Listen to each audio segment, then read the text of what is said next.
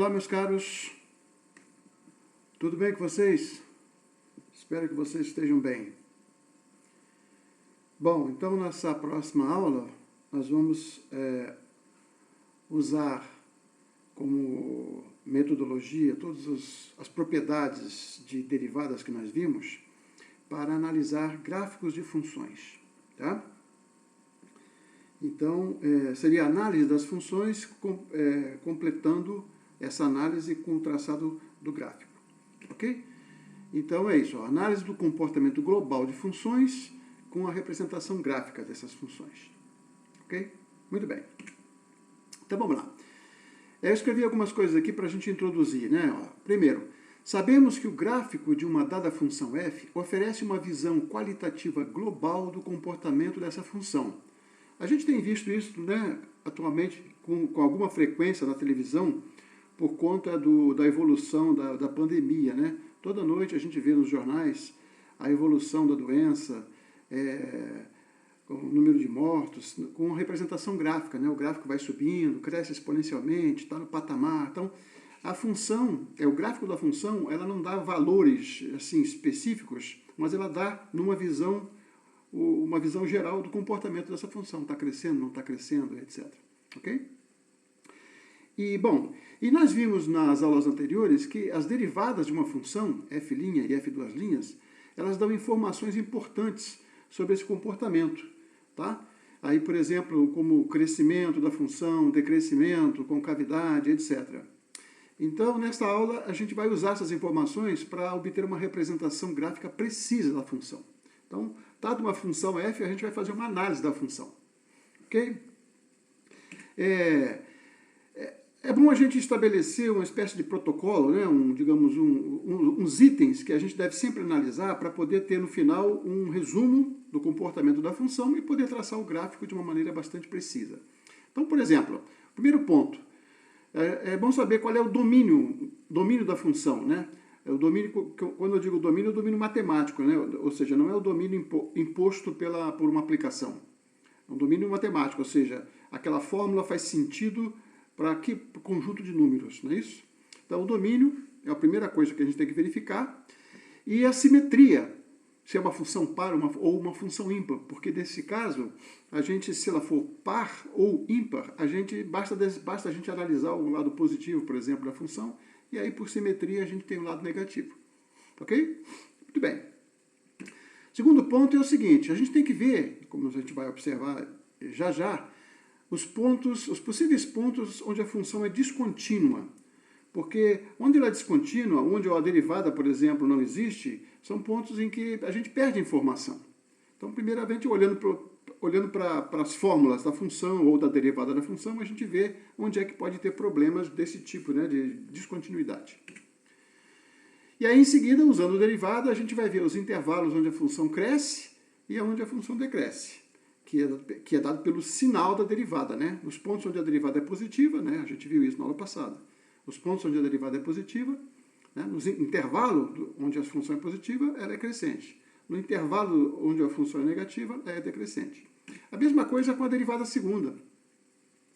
Mas, uma vez que a gente tem os intervalos de crescimento, já sai de tabela, de graça, os pontos e valores extremos da função. Porque se ela está crescendo, depois ela decresce, aquele ponto onde ela muda, né, de crescente para decrescente, é um ponto de máximo, que a gente chama de máximo local. Né? Entre os pontos máximos locais, tem aquele que é o maior de todos, né, que dá o maior valor, que é chamado de global. A gente vai ver isso em detalhes nos exemplos. Ok? Depois vem os intervalos da concavidade e convexidade, que, como nós vimos na aula passada, são dados pelo sinal da derivada segunda. Então, dada uma função, a gente tem que calcular a derivada primeira para ter informações de crescimento. Depois, a derivada segunda para ter informações sobre a concavidade, né, e convexidade. Tendo esses intervalos onde a função cresce e depois onde a função decresce, a gente tem automaticamente os pontos de máximos e mínimos. Tá? E tendo a concavidade e a convexidade, os pontos onde essa coisa muda são chamados pontos de inflexão, que nós já vimos, né? Então, a gente tem de graça os pontos de inflexão. E, por fim, uma coisa que nós falamos lá há muito tempo atrás, mas a gente não reforçou muito, que são chamadas assíntotas, que reflete um comportamento assintótico da função. A gente vai ver isso, a gente vai definir direitinho, tá?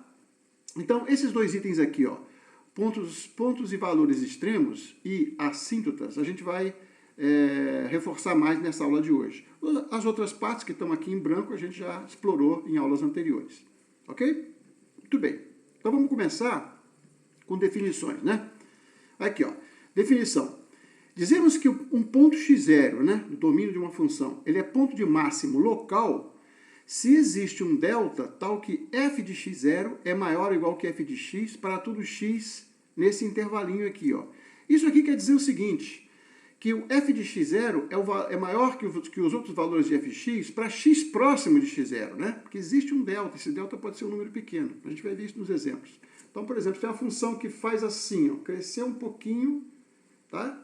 Mas mesmo que cresça mais depois, ali perto ele é o valor máximo, então é o máximo local. A mesma coisa para o mínimo, tá? Dizemos que x0 é um ponto de mínimo local se existe um delta tal que o valor da f desse ponto x0 é menor que o valor dos f's de x para os outros valores de x que estão próximos do x0. Tá? Esse intervalinho aqui pode ser pequenininho. Ok? Muito bem, vamos ver um exemplo aqui, ó. Vamos pegar essa função que a gente já observou nela como exemplo numa aula anterior. Tá? Então, a função definida, o domínio está esse aqui, ó, intervalo AB. Então, se você observar, aqui, ó, se você observar esse ponto aqui, essa extremidade aqui, olha o que acontece. Nas proximidades desse ponto, ou seja, no intervalinho que vai, digamos, daqui até aqui, ó, que é o raio da bolinha, esse ponto aqui, A, ele é um ponto de máximo. Mas é máximo local, né? Porque o máximo global está lá em cima. Ó. É máximo local, ou seja, dentro de uma vizinhançazinha do gráfico aqui, ó, essa extremidade aqui é a maior possível. Ok? Então, essa extremidade é um ponto de máximo local. Perto, ele é o maior valor. A mesma coisa se a gente olhar agora para esse aqui, ó. Esse ponto aqui, ó, aqui a função não é derivável, tá certo? Porque tem um bico aqui, né? O gráfico faz uma ponta aqui. Então, não tem reta tangente, não tem derivada. Mas aqui dentro dessa bolinha, esse ponto aqui é o ponto mais baixo do gráfico. E, na realidade, ele é o ponto de mínimo global, né? Porque é o mais baixo do gráfico todo. Mas todo mínimo local, todo mínimo global é o mínimo local. O próximo é esse aqui, que é o máximo, ó, o x-max, é o máximo global da função, é o maior valor que a função assume. Mas, claro, se ele é maior, se é um ponto mais alto do gráfico, é o ponto mais alto em qualquer vizinhança desse ponto aqui, ok? E esse aqui, ó, ele é um mínimo local, por quê? Dentro da bolinha, essa extremidade aqui é o menor valor do gráfico. Então, a gente tem um máximo local aqui, um mínimo local aqui, que é global, o máximo local aqui, que é global, e um mínimo local aqui, ó. Tá? Então, esse ponto aqui, essa função aqui, ela tem essa propriedade. Observe que nesse ponto aqui, tem um bico, a função não é derivável. Nesse ponto aqui, ó, o gráfico é liso, né? Ele vai e faz uma volta. Então, aqui tem uma reta tangente horizontal, aqui a derivada é zero. Aqui a derivada não existe, mas aqui a derivada é zero. Então, num ponto, a gente já comentou isso lá atrás, num ponto que seja máximo, a derivada é zero. Tá? Se a função for derivável. Um ponto que é mínimo local, se a função for derivável, a derivada também é zero. Mas pode não ser zero se você tiver, por exemplo, uma coisa que não é derivável. Tá certo?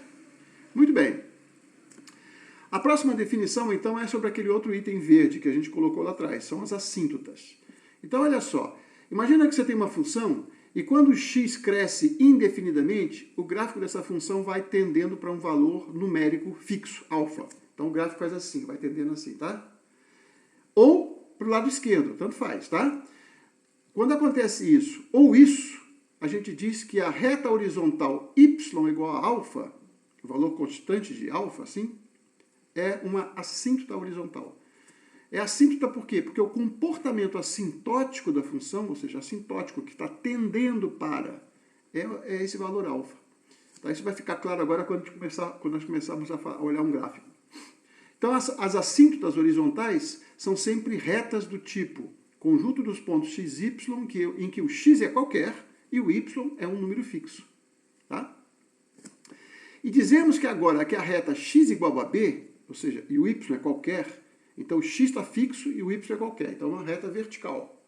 Ela é uma assíntota vertical se acontecer o seguinte, olha, quando o x tender para esse número, x tendendo para beta pelo lado direito ou x tendendo a beta pelo lado esquerdo, o valor da função cresce indefinidamente, para mais infinito ou menos infinito. Tá? Tanto esse quanto esse. Quando isso ocorre, você diz que essa reta vertical de equação x igual a beta, quer dizer, x fixo, beta e o y qualquer, ela é uma assíntota vertical. Tá? Tá claro? Vamos ver um exemplo. Olha aqui, ó. Esse gráfico aqui, ó. Y igual a 1 menos x2. A gente sabe, né, que quando o x tende para infinito, o denominador tende para infinito, o numerador é 1, então isso aqui tende para zero. Então esse gráfico faz assim, ó, ele vai tendendo para zero aqui, vai toda a vida tendendo para zero. Então, quando o x tende para infinito, olha aqui, para mais e para menos, o valor da função tende para zero. Então, essa reta horizontal y igual a zero, ou seja, o eixo do x, é uma assíntota horizontal. Isso quer dizer o seguinte, que o gráfico lá no infinito, ó, ele tende a se confundir com a reta lá no final, tanto para um lado quanto para o outro. Então, essa reta aqui, bastava que fosse para um lado, tá? Essa função aqui, ela poderia tender para zero assim, e aqui ela poderia tender para 1 assim, ó. Aí você teria duas assíntotas. Uma, 0, y igual a 0, a outra, y igual a 1. Então seria esse limite aqui, tá? Quando o x tende para mais ou menos infinito. Eu botei um mais aqui, mais ou menos infinito, tá? E esse caso aqui, ó, quando o x tende para 0 pelo lado direito, a função tende para mais infinito. Isso significa que quando o x é muito grande, essa função ela tem um comportamento assintótico vertical, assim, ó, para toda a vida, tá? Tanto para um lado quanto para o outro. Bastava que fosse para um lado. Então, esse eixo aqui, ó, que é o eixo dos y, que significa x igual a zero, a reta x igual a zero, é esse eixo aqui, tá? X é zero e o y qualquer. Ela é uma assíntota vertical. Então, essa função tem duas assíntotas, uma horizontal e uma vertical. Ok? Que são os eixos coordenados. Tá claro? Então, quando a gente for estudar o comportamento global de uma função, a gente vai ver todas essas propriedades. Cresce, decresce, côncava, convexa, flexão, etc. e tal. E assíntotas, porque a assíntota dá o comportamento assintótico. Tá? Então, por exemplo, imagina na economia, o governo está estabelecendo, a inflação está crescendo. Aí o governo toma medidas de modo que a inflação vai crescendo, mas vai cada vez desacelerando e depois fica constante durante muitos anos. Suponha que fique toda a vida. Tá? Então, esse valor constante que ficou toda a vida é uma assíntota vertical. É uma assíntota horizontal. Ok?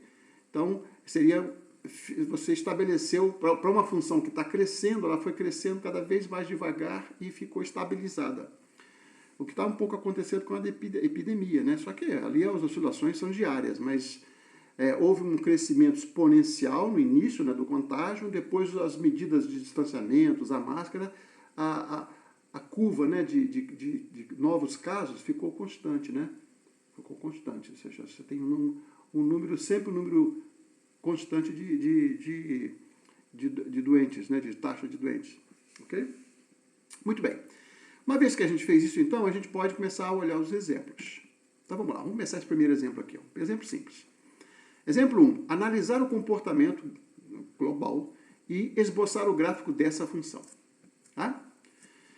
Então, vamos lá. A gente tem vamos seguir aquele protocolo dos itens, né? Então, primeiro, domínio da função. O domínio da função é o conjunto de todos os números reais. Por quê? Porque essa fórmula aqui, eu posso botar qualquer número aqui, ó, que não tem problema. Não vai zerar denominador, então não tem problema.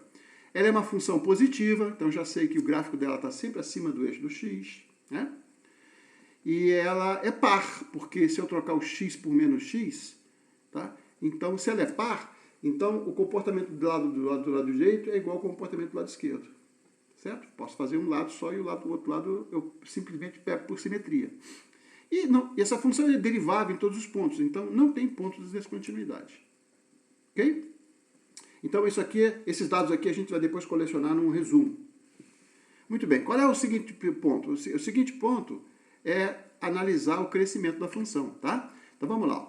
Vamos determinar os intervalos de crescimento e decrescimento calculando a derivada pela regra do quociente. Por quê? Porque a função é um quociente, né? É o numerador e o denominador. Vou usar a derivada do quociente. Vamos lembrar então, qual é a derivada do quociente? Pega o quadrado do denominador, tá aqui, ó, quadrado do denominador. Botei repetir, né? Então, agora vem derivada do numerador, que é 0, vezes denominador, então é 0, menos, ao menos aqui. Derivada do denominador, que é 2x, vezes o numerador, que é 1. 2x vezes 1. Então, tá aqui, ó. Então, essa é a derivada da função, dessa função. Então, para saber onde é que ela cresce e onde ela decresce, a gente vai olhar o sinal da derivada. Então, observa o seguinte, olha. Quando é que essa função aqui, essa expressão aqui fica positiva? Ó, o denominador é sempre positivo. Então, basta olhar o sinal do numerador. O numerador tem um menos aqui, né? Então, quando o x for positivo, x positivo, aqui, ó, x positivo, a fração, o numerador é negativo. Aqui é menos e aqui é mais. Então, vai ficar negativo. Então, tá aqui, ó. A derivada é negativa se e somente se o x for positivo, tá? E simetricamente, ao contrário, né?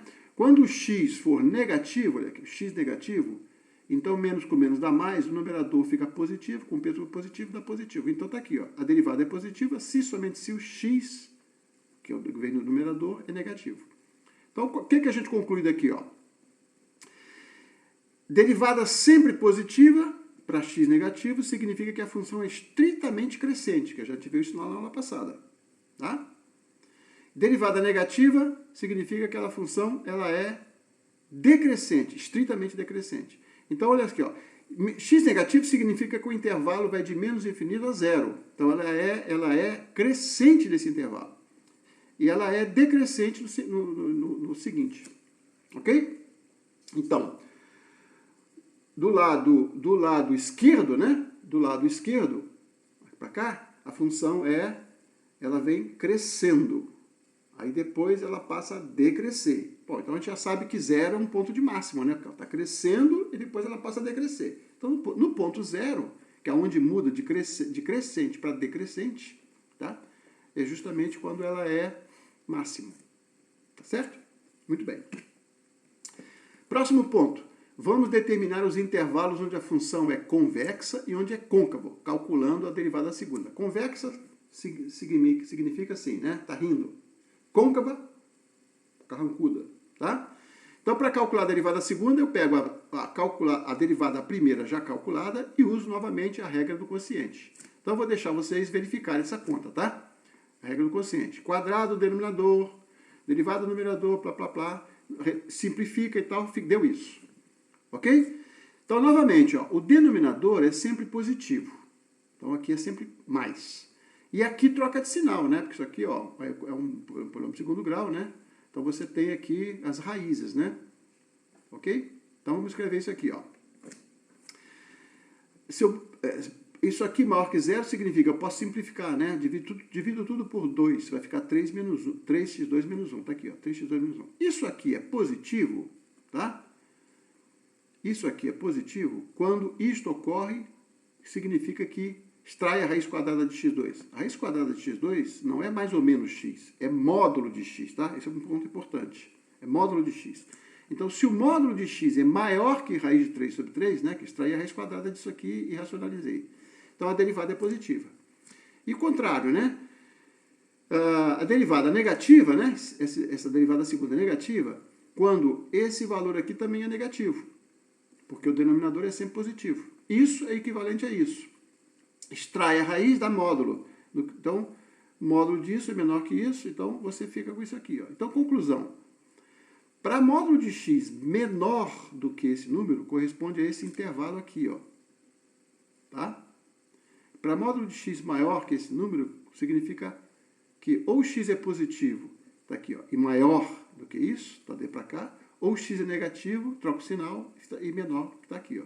Então, ela é convexa de menos infinito até esse número, côncava aqui, e depois convexa de novo aqui, ó, tá? Então, olha só o que acontece. Ela vem assim, depois vira côncava, e depois vira convexa de novo, tá? Então, a gente já sabe que ela cresce e decresce, e ela cresce assim, assim. Ok? E aí, é claro, onde muda a convexidade, de côncava para convexa, é um ponto de inflexão. Então a gente já tem essas informações aqui, olha aqui, ó. Vamos lá, pegando o item anterior. Como f é crescente para x negativo e decrescente para x positivo, o ponto x igual a zero é um ponto de máximo da função. Em princípio seria máximo local. Mas como ele é o único e a função é positiva, né? Então esse aqui é o máximo global e o valor dele vale 1, tá? Então no ponto zero a função vale 1, eu substituo lá e vejo, né? E eu sei que aqui é o máximo global. Depois vamos para a concavidade, ó. Além disso, decorre da etapa 3 que os pontos, esses pontos aqui, que é onde troca a inflexão, né? Você tem os pontos de inflexão. Veja bem aqui, ó. Vem de menos infinito até aqui. Ela é convexa. A partir daqui, ó, desse ponto aqui, ela entra nesse intervalo aqui, ó, que ela passa a ser côncava. Depois que passa do raiz de 3 sobre 3 e vai crescendo para mais infinito, ela volta a ser convexa. Tá certo? Então, esses dois pontos são pontos de inflexão. Ok? E além disso, quando a gente faz o limite quando o x tende para infinito, vamos olhar a função de novo aqui, ó. Essa aqui, né? Quando você faz o x tender para infinito, infinito aqui, 1 sobre infinito vai para zero, né? Então, a gente tem que quando o x tende para mais ou menos infinito, tanto faz, o valor é zero. Então, a reta y igual a zero, que é o eixo do x, é uma assíntota horizontal. Ok? Então, a gente faz um resumo, olha só. Pegar aqueles dados todos, olha. Cresce nesse intervalo. Decresce nesse intervalo, convexa nesse intervalo e nesse intervalo. E côncava no complementar, né? O que faltou para preencher aqui, ó. Então, x0 é ponto de máximo global, não tem mínimo, por quê? Porque tende para zero, mas nunca chega a ser zero, vai tendendo para zero no infinito, mas nunca chega a zero, tá? Então, não tem mínimo. E os pontos de inflexão e as assíntotas. Aí, com isso aqui, e pegando os valores nesses pontos, a gente consegue fazer um gráfico. Então, eu já botei aqui, ó, a função é essa. Eu peguei, por exemplo, aqui no zero ela vale 1. Então, isso aqui a altura é 1. Pega esse valor aqui, calcula o valor da função, bota aqui. Então, você tem um gráfico bonitinho. Olha aqui, ó, convexa, crescente. Aqui, ponto de inflexão. Ela virou para côncava, continua crescendo, côncava. Chegou no máximo. Continua, agora vem decrescendo, côncava. Chegou aqui, ela inverteu. Ela flexionou, né? Ponto de inflexão. Ela passou a ser convexa de novo, tá? Então aqui a barriguinha está para baixo e aqui a barriga está para cima. Tá certo? Sim e assim. Tá claro? Muito bem. Então esse exemplo aqui é um exemplo simples. A função é par. Bastava, na realidade, eu ter analisado só o lado positivo e depois por reflexão. A função é par, é igualzinho do lado de lá. Agora vamos pegar uma função que não é nem par nem ímpar. Vamos pegar essa função aqui. Ó. Analisar o comportamento e esboçar o gráfico da função x2 elevado a menos x. Tá? Então essa função, vamos lá, ela não é nem par nem ímpar, né? Não, porque aqui tem x2, é uma coisa par. Mas isso aqui, ó, isso aqui não tem nenhuma simetria. Então essa função não é nem par nem ímpar. Não tem simetria. Tá? Mas ela é positiva, né? Porque x ao quadrado é sempre positivo e a exponencial é sempre um número positivo. Tá? Muito bem. Positiva, não tem simetria. Domínio, quais são os valores que eu posso colocar aqui no lugar do x? Qualquer. Então, domínio é R. E não tem pontos de descontinuidade, né? Porque é um produto de funções contínuas, então é uma função contínua e não tem problema. Tá? Então, o gráfico não quebra em lugar nenhum. Muito bem. Então, beleza. Isso aqui são as informações que a gente tem. Vamos passar, então, para o próximo ponto, que é analisar os intervalos de crescimento. Então, eu calculo a derivada, né? Eu tenho essa função, calculo a derivada pela regra do produto. Então, vai dar isso aqui, ó. Deixa vocês fazerem as contas. Então, vamos lá. O que acontece com a derivada, o sinal da derivada? Ó, isso aqui é sempre positivo, né? Porque a exponencial é sempre positivo. Qualquer que seja o valor da sua base. É sempre uma coisa positiva. Pode ser crescente ou decrescente, mas é sempre positivo. Então, o que troca de sinal é aqui, ó. Isso aqui é um polinômio de segundo grau, tem duas raízes. Tem a raiz 0 e a raiz de 2, né?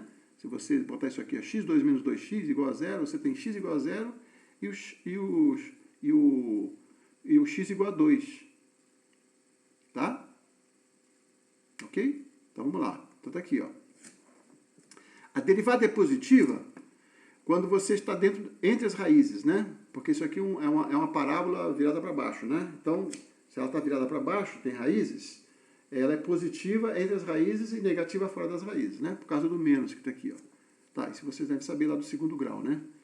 Muito bem, então ela é positiva nesse intervalo aqui, ó. A derivada é negativa fora desses intervalos, ou seja, de menos infinito até a primeira raiz e da segunda raiz em diante.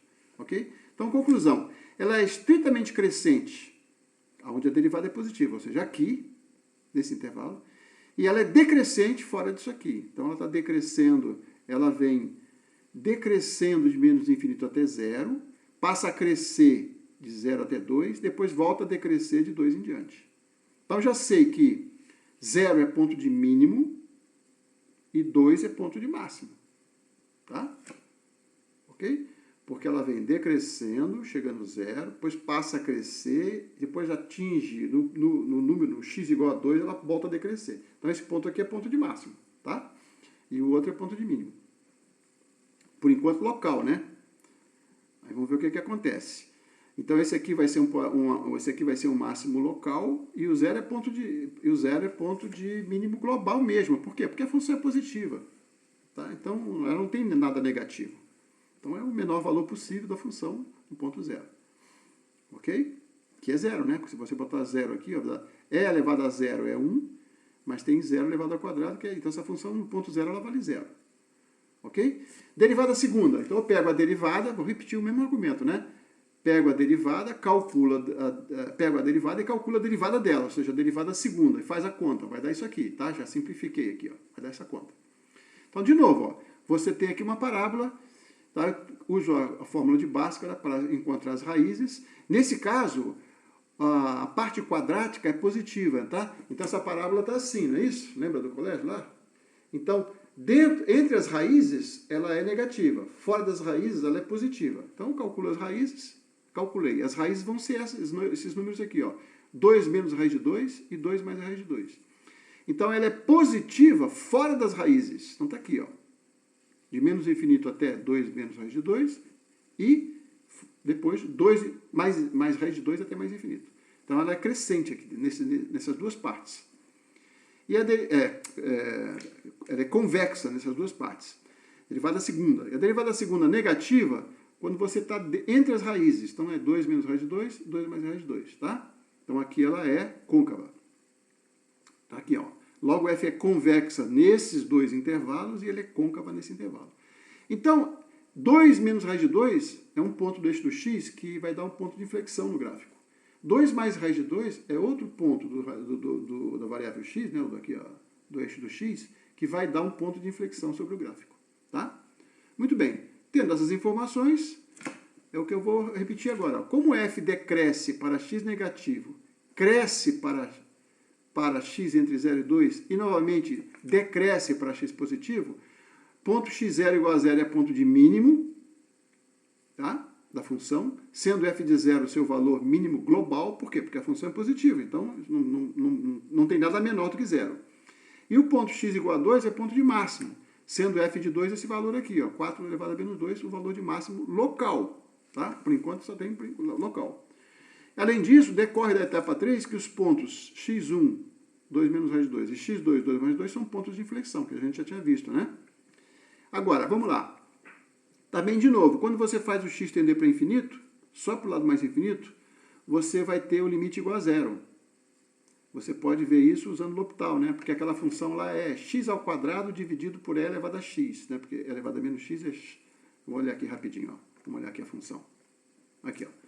Você bota esse e elevado a menos x no denominador, vai ficar x ao quadrado dividido por e elevado a x. Quando você faz o x tender para infinito, isso vai dar infinito sobre infinito. Aí você deriva a primeira vez. Fica 2x dividido por e elevado a x. Ainda dá infinito sobre infinito. Deriva de novo. Vai ficar 2 dividido por e elevado a x. Bom, aí vai ficar 2 dividido por infinito, que é 0. Então é isso, tá? É isso que eu coloquei aqui, ó.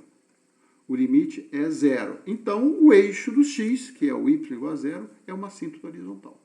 Ok? Faz aquele resuminho de novo, né? Repetindo o mesmo que nós tínhamos antes. Faz o resuminho. Para poder depois ter todas as informações bem organizadas, e aí vai pegando os valores no gráfico e vão botando lá, e o gráfico vai dar esse, ó. Olha o que nós tínhamos aqui, ó. Bom, quando o x tende para menos infinito, lá eu não fiz, mas é fácil ver que esse negócio vai para o infinito, porque você tem aquela exponencial, né? É elevado a menos x. Lembra? A exponencial é elevado a menos x, e o gráfico dela é assim, vai fazendo assim, ó. Então, quando vai para trás, vai para mais infinito. Além disso, tem o x ao quadrado multiplicando, então vai muito mais rápido para o infinito. Então, ela vem decrescendo, decrescendo, decrescendo. Aqui ela tem um ponto de mínimo. Começa a crescer, mas convexa. Então, daqui até aqui, ela é convexa. Depois, ela continua crescendo, mas passa a um ponto de inflexão, ela começa a ficar côncava. Então, ela vem côncava para cá, ó, vai desacelerando, né?